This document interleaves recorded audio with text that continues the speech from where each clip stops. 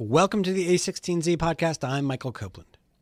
On this segment of the podcast, Ben Horowitz sits down with Shaka Senghor, author of Righting My Wrongs, Life, Death, and Redemption in an American Prison. Senghor talks about his almost 2 decades behind bars, the brutal rules of leadership on the inside, and Senghor's own life and redemption on the outside. Ben Horowitz kicks things off. How's everybody doing? I thought I'd introduce our speaker by just telling the story of how he and I met, because it's an interesting story and how we met and how we became friends. So it actually started with an event that some of you may have been at when I interviewed Oprah. Were any of you at that? So on the car ride over, I was like super nervous because I'm interviewing Oprah. And like that's like trying to like give Albert Einstein a physics pop quiz or something like that. And so I was like, Oprah, please help me, like teach me how to interview real quick before I interview you. I was like, what's the secret? How do you get people to open up like that? And she said, well, Ben, I always ask people, before I interview them, I ask them what are their intentions. And she says, and I'll give you an example because you have to know their intentions. And then like, I have them trust me to help them get their intentions no matter what I ask. And she said, so I just had this guy on my show, Shaka Senghor, who just got out. He was 19 years in prison and, up for murder and all these things. And he was like a big guy, scary-looking guy. And so I asked him, I said, Shaka, what are your intentions? And he said, well, my intention is to let people know that just because you were in prison for 19 years doesn't mean that you're a bad person or that's who you are. You can change, you can be redeemed. And I want people to understand that. It's very important to know. And so she said, okay, I got it. And so we went into the interview, and she said, so I'm asking him, I said, when did you get into crime? Like at what age? And he said, well, I hit the streets when I was 14 years old.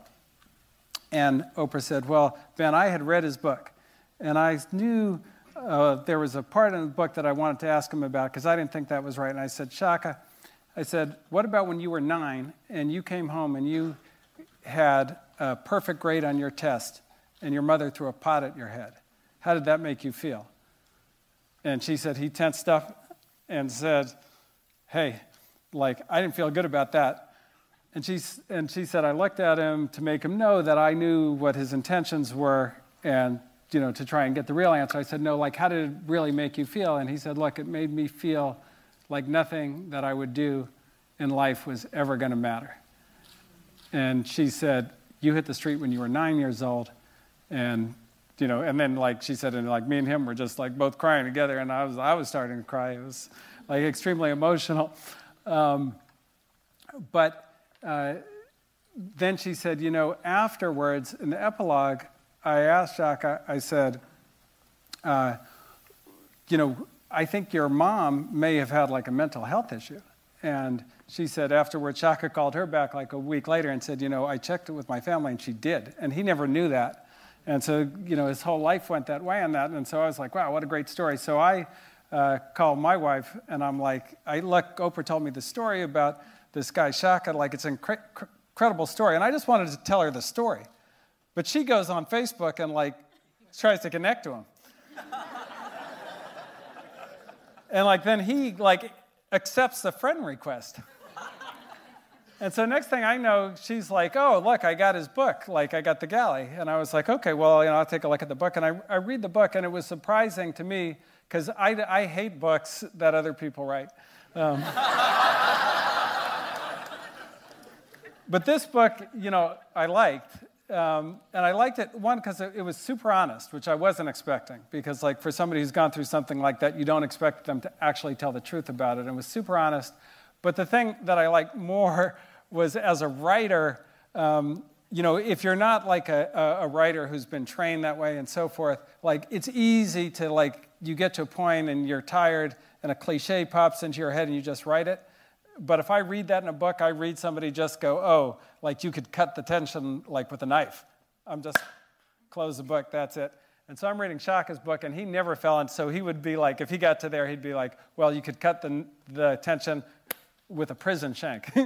You know, like, so he would take you right back into the story. And I was like, this guy's really poetic.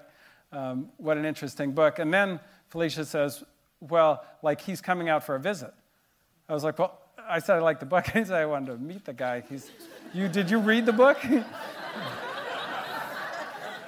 You know, that could be scary. So she's like, well, like, can you go to dinner? I was like, okay, but I want you to schedule the dinner 2 blocks from the house in case it goes bad, which she did. She scheduled 2 blocks from the house. And then we had dinner, and he and I literally, you know, we went to dinner at like 5:30 in the evening, and he and I were up till 2:30 in the morning just talking the whole time.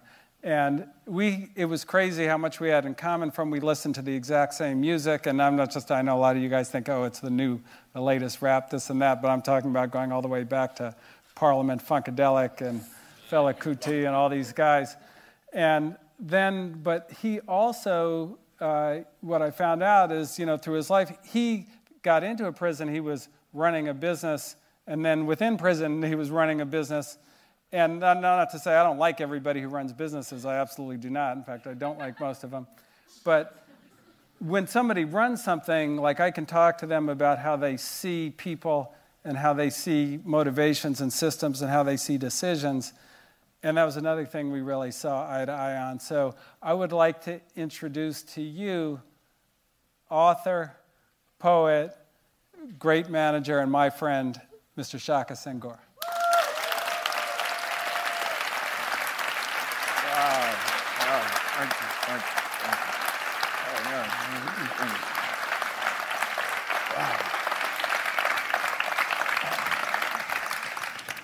Wow, this is beautiful.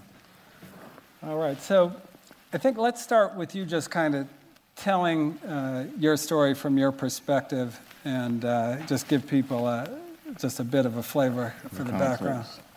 Yeah, so hey, how's everybody doing? It's an amazing evening. Thank you all for coming out. So I grew up in the city of Detroit on the east side in a neighborhood that, on the outside looking in, was pretty much the model for black middle-class America. And my parents were, for all intents and purposes, they looked like that model black couple. My father worked in the mental health industry. He was also in the Air Force Reserves, and my mother was a homemaker. But beneath that surface was some deeply entrenched internal problems in our household. My mother was very abusive, very domineering, and as her and my father's relationship began to deteriorate, her abuses escalated. And they reached such a point to where at the age of around 13 or 14, I decided that I couldn't stand one more hit from her. And I decided at that point that, you know, I would run away. And, you know, all of you have been 13, 14 at some point in your life, I think, most of y'all. Seen a couple people acting a little juvenile there. No, but seriously, so at that age, you really feel like you have life just figured out. And I thought that one of my friend's parents would see this, you know, this smart kid, and that they would take me in. And unfortunately, life just didn't work out like that. And so what happened was I bounced from kind of garage and basements and, you know, slept in you know, clubhouses we would make up. And after a couple of weeks, you know, I realized that I was in way over my head. And I fell victim to what happens oftentimes to young kids who run away. I got seduced into the drug trade. And this was the beginning when crack first kind of hit the Midwest in Detroit, 1986 or so. And I got pulled into this culture. Within the first 6 months of being sucked into that environment, I experienced every imaginable horror that comes with that culture. My childhood friend was murdered. I was robbed at gunpoint. At one point, I was beat nearly to death. and I also became addicted to the drug. Fortunately, I liked making money more than I liked getting high, so at the age of 14, I figured out how to break that addiction. Fast forward 3 years, I was still deeply immersed in that culture, and I got into a conflict, and I got shot multiple times. My friends, they called the ambulance. Ambulance never arrived, and one of my friends who had previously been shot, he actually took me to the hospital and dropped me off. He wasn't, a guardian or anything, so he couldn't check me in. I was 17 years old, so he basically had to drop me off and leave me and go inform my family what had occurred. Got in the hospital. Doctor pulled the bullets out. With the exception of one, I still have a bullet in my foot. They pretty much patched me up, and within a couple of days, I was back to the same block where I got shot at. At that time, I didn't even know what post-traumatic stress disorder was. All I knew is what I felt. Like, no one stepped in and was like, hey, this shouldn't have happened, or you're going to have all these different feelings, you're going to be paranoid, you're going to be fearful. And so at 17 years old, I was left to grapple with those emotions. And looking around the environment that I grew up in, where I saw multiple friends shot, my mother has three males. She has a total of 6 children. All 3 of us have been shot. One of my brothers is currently paralyzed. He's been paralyzed since 1998. Looking around, I began to process what I had experienced. And I realized in the hoods that I grew up in, it's better to be the shooter than the person getting shot. And so I began to carry a gun every day. It didn't matter what I was doing, cooking, eating, sleeping.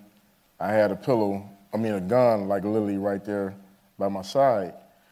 But I was also processing it in my head that if I found myself in a conflict, that I would shoot first.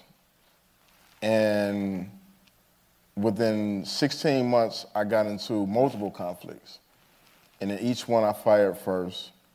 And tragically, in July 1991, got into a conflict. It was nearly 2 in the morning, drug transaction that I didn't want to make because it was a guy brought 2 guys to my house that I didn't know.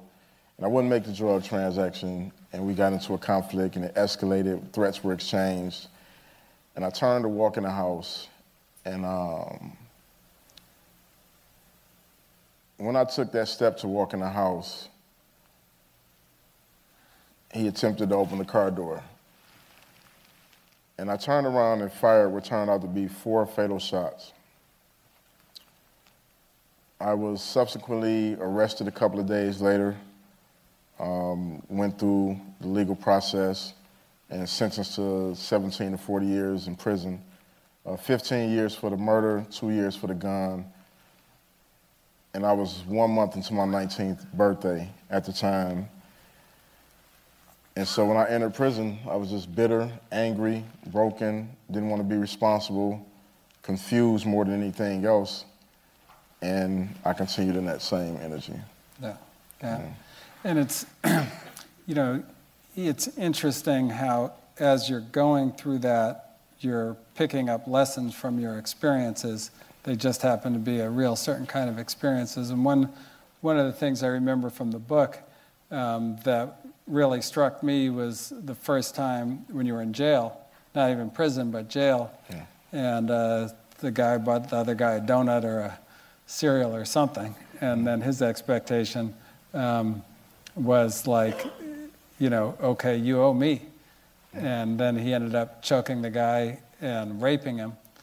And like when you saw that, what did you think you took away? And then what did you end up taking away from like witnessing that kind of thing? That was one of those moments where everything became starkly real for me. And that I realized that I was in one of the most barbaric and depraved environments imaginable. And what I said to myself is that no matter how much time I serve, I will never allow myself to reach that level of depravity. But the flip side of that is that I realized that in that moment that prison and jail is the equivalent of a jungle, and it's the law of survival, and that you have two type of people in the environment, lions and sheep. And I made it up in my mind that I would be a lion. And that set the course for how I experienced my time in prison. Yeah, yeah. And when you, because you're, and you think a lot in terms of systems, how is it, like what is it about, like when you separate the prisoners from the prison in terms of what makes it a jungle? Like what contributes to that? How do you see it? So the way I see it,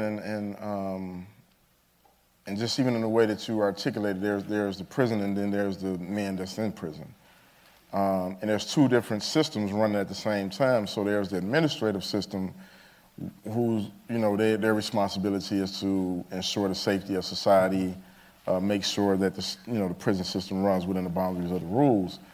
But then there's the system of the jungle that is kind of more about who rises to the hierarchy, right? And how do you manage that? How do you acquire finance? How do you take care of yourself? How do you protect yourself? And it's a very sophisticated system. It's the drug trafficking, loan sharking. I ran a loan sharking business with like ridiculous markups, like entrepreneurs in the room. Imagine if you need to borrow money in prison. Yeah, it's like literally 100% markup, right? Yeah, that's a big interest rate. I ran stores where, and I had like a floating economy, right? So I was in a cell block where Michigan Reformatory is 2 cell blocks. It was J block and it's I block. And they get money on alternating weeks. And so the way that I made things function was that when they didn't have money, I had all the money in this cell block. So I would just send money over there and just cycle it at 100% profit each time. And so the way that those systems work is that the administration, they have to allow it to exist because otherwise they can't control the environment. So they rather have you guys have a system of how you survive, or that, because if you take that system away, they don't know what's going to happen, or like. Yeah, because then it creates this utter chaos. So it's kind of like a self-governing. So it's rules. Environment, right? It governs the behavior. And then it's the unwritten rules of prison. It's kind of like you can do whatever you want to do until you blatantly get caught. Right. Or you put it in our face in such a way that it goes to our higher-ups who aren't at the prison. Right. But it's just a very, very sophisticated way that the prison systems operate, and it's very corporate though, and it's not it's probably a little more cutthroat than most corporate situations. Most places I work probably don't quite have the same consequences. Hope it's not many shankings going on in Silicon Valley. It wouldn't be cool. But the mentality of even like corporate takeovers, taking over other territory and ensuring that like product placement, it's just like all these different things about entrepreneurship that manifest in that environment, but from a very psychologically warped way. Now, and you came out of the shadow economy outside of prison, and that had a hierarchy, and then does that hierarchy translate into prison? Are the rules harder? Are they how does that change? So the going in, depending on what your status is in the streets, dictate how you're incorporated into the prison system, right? So if you're really respecting the street, it depends on what you're respected for. You can get a lot of money in the streets and guys respect hustlers, but you also got to be able to keep your money. Okay. And so that's a different thing once you go to prison, is that you can be a hustler, but if you can't protect your money, then your status changes, right? Basically, right? Yeah. So in the streets where money kind of trumps everything else, in prison, violence trumps everything else. Yeah. Because it's through violence that you dictate who can keep their money. So violence is power. So really the rule of the jungle. Yeah. The big lion eats the little lion type thing. Pretty much. So, one of the things that really surprised me about your story, because it's, a story of prison and redemption. At the high level, you have it in your mind one way. But when I read the book, what I started to see was a lot of your reflection came as the guy says, as you see, there's the prison system and then the prisoner system. And you ended up, because you were so determined, at the top of the prisoner system. But then you're making the decisions. And you have to decide what the consequences of somebody's actions are. If somebody robs a guy, then, you're the judge. And where did that take you, and how did that start to move you to the path that you're on now? So in the rise to that space, I always grappled with the reality that we were extending the hurt that we experienced in the streets and the street culture to the environment that we were in. And unfortunately, it's a necessary evil in an environment where everything is so contained. It's kind of like this in prison. It's like, if you allow a transgression to go, then you become prey. Yeah. And so, you're compelled by rules that may not be based on your moral compass, but they're based on your survival instinct and the necessity of survival. And as I rose through those rankings, it was one of the greatest battles that I had to face because every decision I made could potentially cost somebody their life or could cost somebody life in prison. Right. And sometimes your guy's their life, or the other guy their life, or you. Yeah. Because it can come back. I've been caught up in conspiracies that I was fortunate to not actually have done anything, but people trying to get rid of me would, make up these stories, and the administration would initially believe them because of the ranking in prison. But what I also, began to understand about myself as a human being is that you can resolve conflict if you are a compassionate and thoughtful person. And ultimately, really what it came down to is both people want to walk away with a sense of respect. And the thing is, in prison, the only thing that they had been taught, or we had been taught to respect, was violence. We hadn't been taught an alternative way to live our lives, and that can still allow us to walk away, after a conflict with our dignity intact. And as I began to discover these things through reading and self-examination, it made it easier for me to kind of resolve some conflicts in a non-violent way, and in a way that actually allowed for personal growth on my behalf, but also allowed for growth on other people's behalf. And how do people react when because they're expecting you to, that guy's got to go or whatever, and you go in and you resolve it and let them go with their respect, were people like, what was that? Or how did it play out? Did you have to then go send a message after the fact, or how'd you manage that? So because I had proven that I would go to the extremes to survive in there, it was more a matter of being a man of my word. Because, prison people aren't always men of their word, right? Yeah. So be like, oh yeah, the problem is resolved, and then next thing you know, he shank you in the shower. Right. So there's a version of that in business, but it's not an actual shank. Shower shank. We should incorporate that into a business manual. Yeah. How not to get shanked in the shower.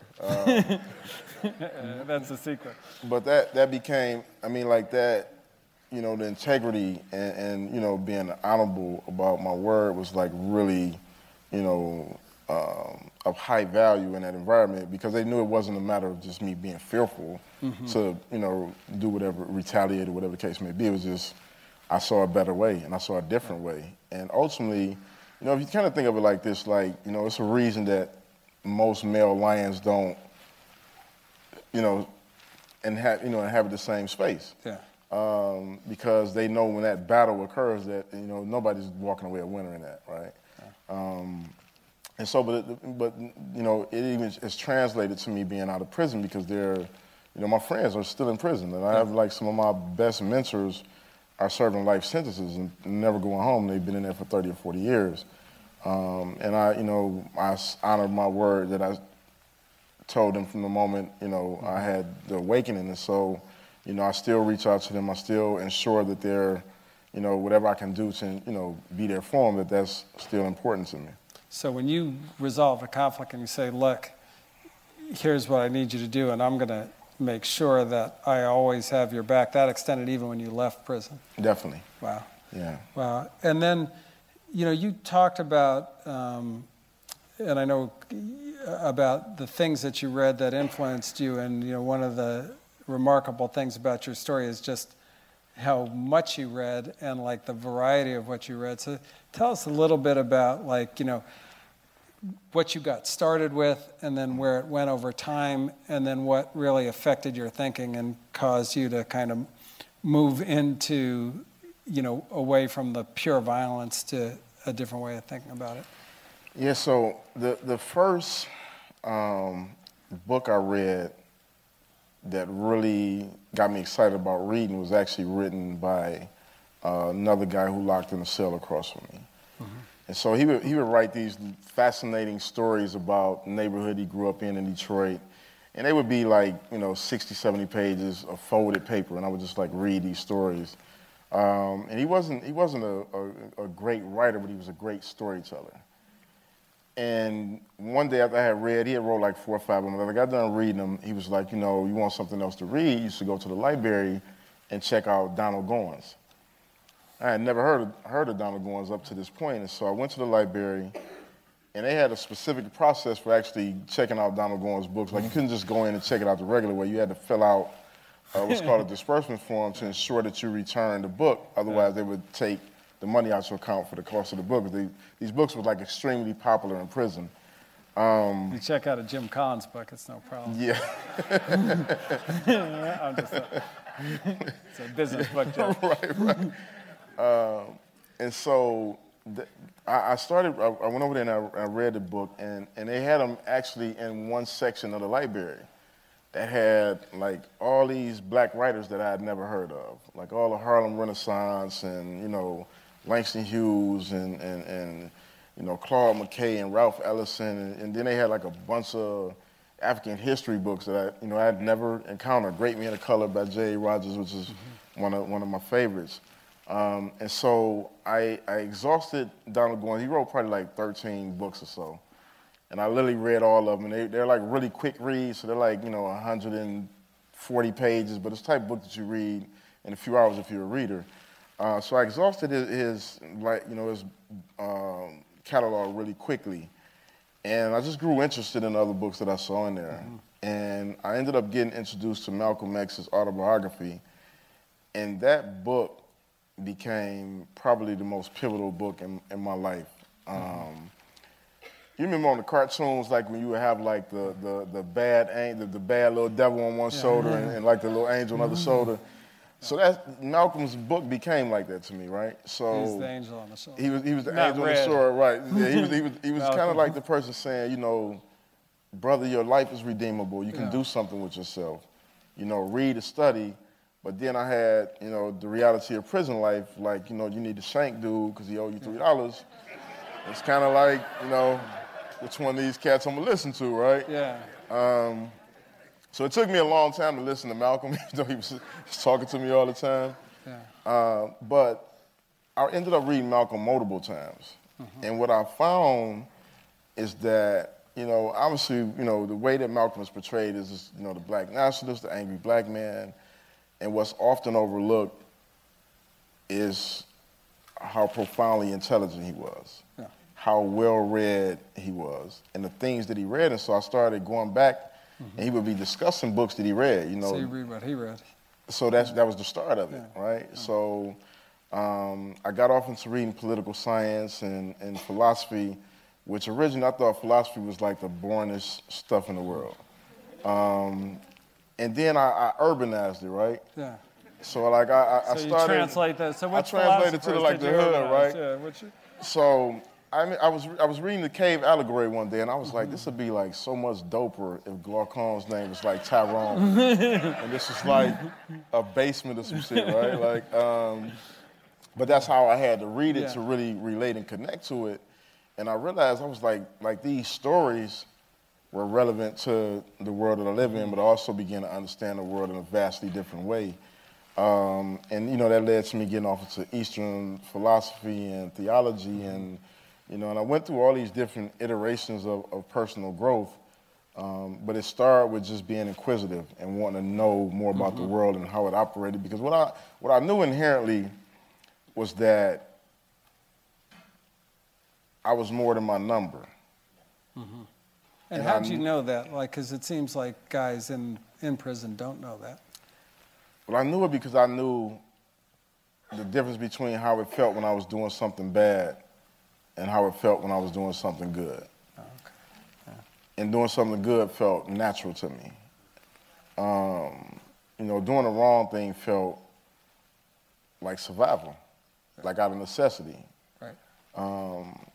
And so because I knew that, I knew that it was important for me to figure it out. I didn't know how I was going to figure it out or what was going to be that ultimate prompt to get me to that next phase, but I never stopped reading. I never stopped examining and challenging myself, even when I was in the midst of so much volatility and turmoil. Yeah, that's really interesting. And when you came out of prison, well, first let me just ask, like, what was that like? 19 years, like you're living in like literally the jungle, and then all of a sudden you're on the outside, and you don't have all those dynamics. So it's the equivalent of what I say is like Fred Flintstone walking into an episode of the Jetsons.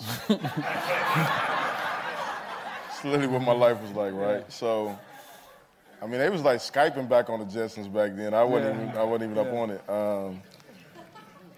But that's what it was like. It was like I walked out of prison into a vastly different world than I left. I was mind blown at the technological advancements. Extremely curious. Mm-hmm. I was fortunate that I had a partner in Ebony who's sitting in the front who would send me like whatever I requested. Like I was just curious about this Twitter thing and this this Facebook, like these wild names. It's like, who came up with these names? It's kind of wild. But my curiosity wouldn't allow me to be complacent with where I had been stopped at in the world. Because there is an element of arrested development that takes place when you're incarcerated, because you don't have access to everything that's happening in society. Right. And so I remember one of me and Ebony's biggest arguments. It was literally like an argument like every day, like the first 3 days I got out.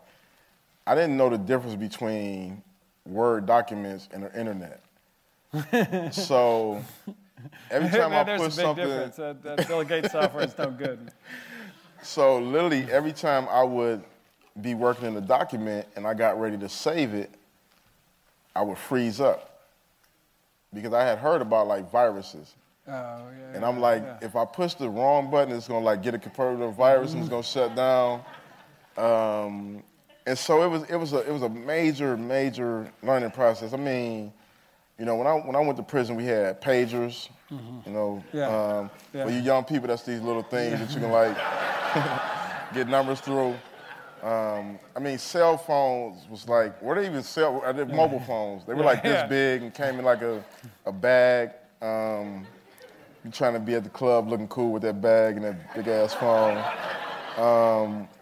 So when I came out and I was so ambitious though, right? So I told Ebony, I was like, I want an Android. That's like, I saw this like the fanciest touchscreen, because that's the only commercial I saw. And she was like, no, I think you should just start off with this little BlackBerry. But I got out here and I was so fascinated by technology and how it was moving the world, but also how it was connecting people in these really nuanced ways. And even today, sometimes I think I have a different appreciation from people who actually grew up alongside it, because the way that I see the ability to connect in real time with real people. I mean, I met you guys like through Facebook, right? Yeah. And it was interesting. I set up a Facebook page the first day I got out. And I did, literally, I set up a Facebook page, and I also got the first paying gig. It wasn't like a real job, literally in a matter of weeks, because I got out and I made a post and said I wanted to review music by local artists. Yeah. And part of it was I missed out on so much music. We didn't have MP3s, anything like that in there. Right. And so once they stopped selling cassettes, for years we couldn't get your cassettes. That's these other little things. Literally, we was listening to cassettes all the way till I came home, which was 2010. So you can tell how backwards that is. And then if they're magnetized, they mess up your whole. Mess up, right? So I wanted to get caught up on music, and I really just wanted to see what the music scene was about. The music influenced so much of my life. And so I made this post, and one of the local newspapers was like, hey, could you write music reviews for us? And I was like, sure. And that actually led to me writing full feature-length stories, and ended up dominating the arts and culture page until they couldn't afford to pay me anymore. So, but technology is just, it's mesmerizing to me, but it's also frightening. And how so? So it's frightening in the sense that, I went to prison. I had an advantage that a lot of guys in prison don't have. I was literate. Mm-hmm. I could read. Yeah. The average reading grade level in prison is third grade. Wow. And there's no pressure to get an education if you think you're not getting out till 20 years down the line. And so we have this, now the war on drugs is really coming back to, bite us in the ass, because people have to look at guys who were sentenced, 15, 20, 30 years ago. Now they're on their way home. Yeah. And they've missed this tremendous leap in technology. And so the thing that's frightening to me is that we haven't done anything about it. We haven't had the courage or the fortitude to just stop for a moment and say, what does that look like for somebody coming out on the other side? And when you really look at it, you realize they don't stand a chance in hell of surviving unless we act now and do something now. So my interest in the space is, I realize how important it is for the guys that I left behind to be literate when it comes to technology. Mm-hmm. So I try to share information with them and talk to them about, what it's like to set up an email. Nobody taught me that before I got out. I figured a lot of these things out on my own. Yeah. But again, being literate, that put me in a position to where I can actually figure it out on my own. Right. And I mean, you can't even put out an application these days without having an email. Yeah. So if you don't know how to function in this modern world, the likelihood of you going back to prison is extremely high. Yeah. And a lot of people don't know, but in prison, you don't have access to technology or even regular email. They've got a prison system. Yeah. And that system is kind of modern, right? So right before I got out of prison, they started this thing called JPay. And it's a system that allows you to communicate with men and women who are incarcerated. But you have to reach out to them first. They can't just be like, hey, I want to get in touch with my cousin, let me just email them. But once you reach out to them, it costs 15 cents to exchange what's basically an email. So I put money on my phone. When I say my phone, because I use my mobile device. And that's how I communicate with my friends inside. So while I can text you or email you free all day, you can't email somebody who doesn't, 15 cents is an hourly wage in prison. Yeah. So literally you're talking about an hourly wage to send an email. So I'm quite sure nobody here would like to send an email for their hourly wage. And imagine it's a little bit more than 15 cents up in here, but. Well, it's, a little bit. So that way of communicating, that was kind of like the first form of technology inside prison, but it's entered in a very exploitive, and insensitive way. Yeah, and that kind of, the prison system itself, and I think that, now it's become a bipartisan issue that, wow, we put too many people in prison and we got to do something about that. But talk a little bit about, because it's a system that itself makes money by failing and then follows you once you leave prison. So it's not like I did the crime, now I have to do the time. Like the time doesn't end because you come out and you still can't vote. Most places still won't hire you. Talk about the system and, when you think about like how it needs to be reformed to give people a chance, and also like just from people who, who don't even care about anybody but like don't like wasting money, like it's bad on that front too. Yeah, I often say that one of the greatest and longest enduring marketing campaigns was the fallacy of the war on drugs. That campaign, we bought hook, line, and sinker, and it led to devastating consequences, which taxpayers... Still a lot of drugs. Yeah, still a lot of drugs, which taxpayers are footing the bill for. The 1994 crime bill, devastating consequences. Record leaps in terms of prison population. And when you really step back from the marketing that was done and you can get that out of your head, this idea of punishment is completely absurd because it's a proven fact that hurt people hurt people. And when you think about... Two wrongs don't make it right. Two wrongs don't make it right. So the punitive nature of locking people up and throw away the key, politicians sold the American public on that. But what they didn't tell the American public is that 90% of the men and women who are incarcerated will at some point return to society. And so when you think about the barbaric mentality to punish people over and over and over and over again, and then say, hey, it's time for you to come home and be free. It's not healthy for society. It's not making society safer. Not good for anybody. It's not smarter, and so where we're at today is that the financial cost of that is starting to be felt. And so both parties are finally agreeing, for whatever their motives are, to agree that we have to do something, about it. And just to kind of illustrate what that looks like, when I was in prison, I started writing. I wrote and published, along with Ebony, my first novel.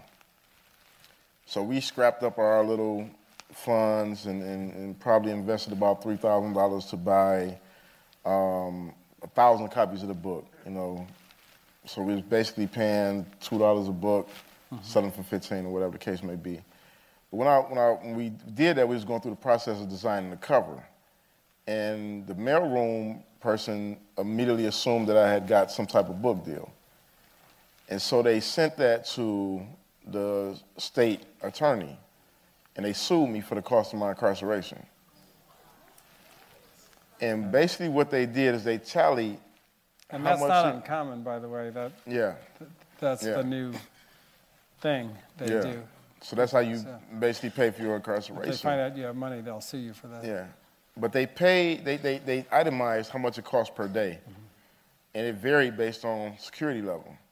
The higher security level, the higher the cost. And so when you really think about, at that time I got sued, I had about 17 years in, and they estimated the cost of my incarceration to be like $1 million. Now imagine how many different scholarships and different people you can put to school in that time frame. And the disincentive for not going back to prison, because if you go out and succeed, you got to give them your first $1 million. Oh, and how crazy is that? Yeah. Well, fortunately for me, I knew enough about the law that I knew contracts were legally binding. And so I wrote a contract to myself saying I would only accept 10% of the profits once the company recouped its production costs. And so they went from suing me from 90% of all profits to 90% of 10%. Yeah. Yeah. Yeah. That's very good. So, you know, I think a lot of people assume, well, prison is prison, Right. and, you know, like, you can't really design a better prison that has kind of a better outcome. But, you know, now since you've been out, you've actually been invited to prisons in other countries. And tell us about kind of what you found in Germany and whatnot. So in June of last year, I was given a wonderful opportunity to travel to Germany to do research on their prison system. And given Germany's, you know, horrific past, I didn't know quite what to expect. We got over there, and it literally was mind-blowing how different their prison model is compared to our prison model. For one, it starts off at the common ground that we all have, which is our humanity.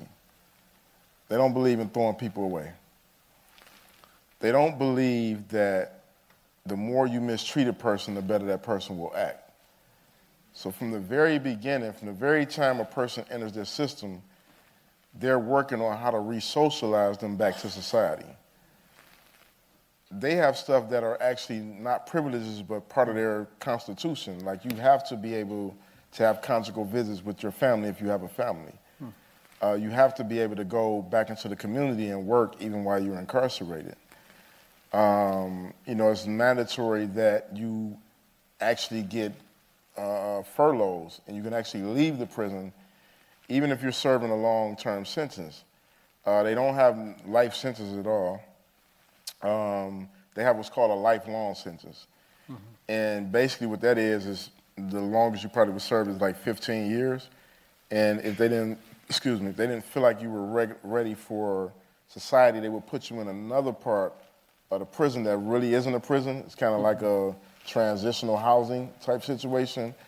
But the thing that struck me most was I was talking to one of the wardens there, and she asked about my time in solitary confinement. And when I told her that I had served a total of 7.5 years in solitary confinement, she began to weep. The German prison warden. Yeah. And I just want to make sure you guys are following the stories. Yeah. And what she said to me is that we would never do that to one of our citizens.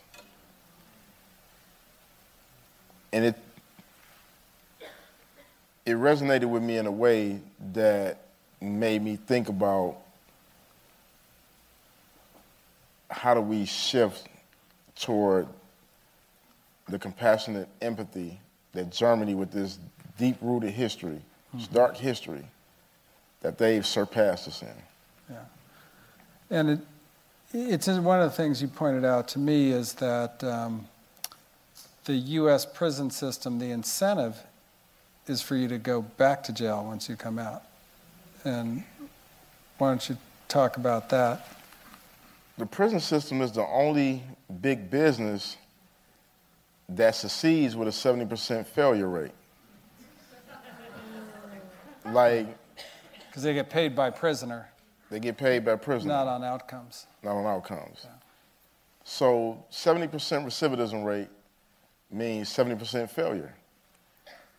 I'm quite sure none of y'all would like be CEOs if y'all had a 70% failure rate. But that's the standard that we've allowed to be the, the norm in this country. By comparison, I think Germany has maybe Yeah, we looked it up. This is a crazy story. So he's telling me about the Germany story, and I was like, wow, I wonder what their recidivism rate is. 35%. So like you think, oh, it's a prisoner, like that's a bad guy. He went to jail. He's going back to jail. Doesn't matter what you do in prison. Not true. Yeah. Like you can get literally 70% to 35%, but there's the financial incentive is to do the opposite if you are privately owned prison or even a government-owned prison. Government-owned prison, yeah. So really, really tragic and amazing. But Sorry, you beat me. There's so many things wrong with that. It's incredible. But when you think about what it takes to change the way prison works, how much of it is just a philosophy change and a culture change in how they run it versus like it's underfunded, or like how do you think about that? So I think there's a couple of things that has to happen, and some of them are happening. The first is that we have to have transparency. When you think about last year, President Barack Obama went into a prison, the first sitting president to go inside a prison in history. Wow. Now we have over 2 million people who are incarcerated, another 5 to 6 million who have felonies or who are on some form of probation or parole. And to think that there's that large a segment of society, and most of people in society are clueless about what happens in there. Well, and it's a segment that the government is most directly responsible for, right? Most directly responsible for, but there's also onus of responsibility that we have, because, men and women are coming home every day, and they're going to be your neighbors. Maybe not y'all neighbors. Might take a little while to get there. White collar criminals. Might take a little minute to get there. But he's been over to my house. But, yeah, well, I technically got a house at Ben's house, so I'm breaking things up a little bit. I'm disrupting this thing here. But I mean, in all seriousness, these men and women are coming home, and so there are responsibilities as well. And I think our biggest responsibility is to get in close proximity to the issue. It's not a person in this room who probably doesn't have a family member with some type of mental illness.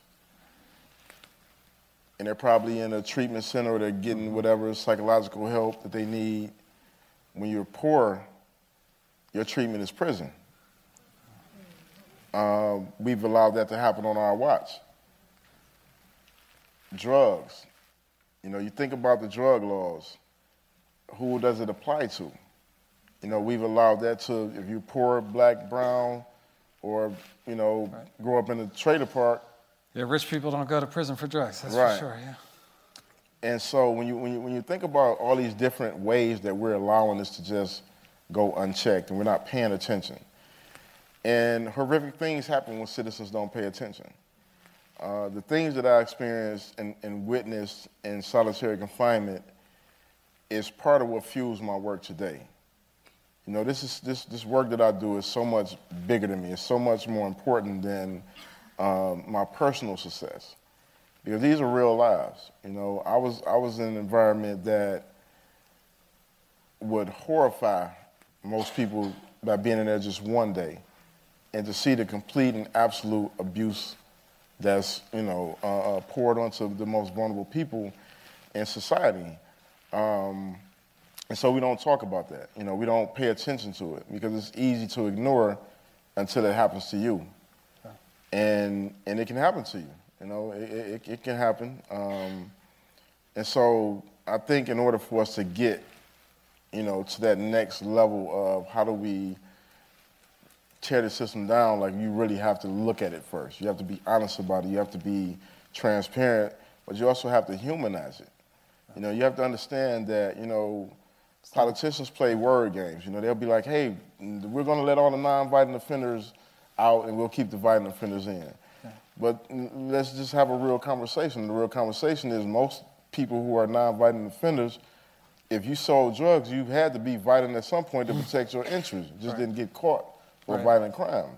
And so that's not the issue. Like, that's the superficial way of looking at things. That's how you market it. Right, that's how you market. So it's part of the marketing campaign. And so what we really have to think about is that 90%, which represents everybody, violent, non-violent, and those in between. And, again, we have to think about, do we want to continue to throw people away, or do we want to be, what most of us, the core of our principles. Most people have some type of religious philosophy, spiritual, whatever that is. And redemption is the cornerstone of that. If you look at every religious philosophy in the world, redemption and second chances are the building blocks of those spiritual institutions. Yet, we have been unwilling to live our lives in a way that allow for men and women to get a second chance.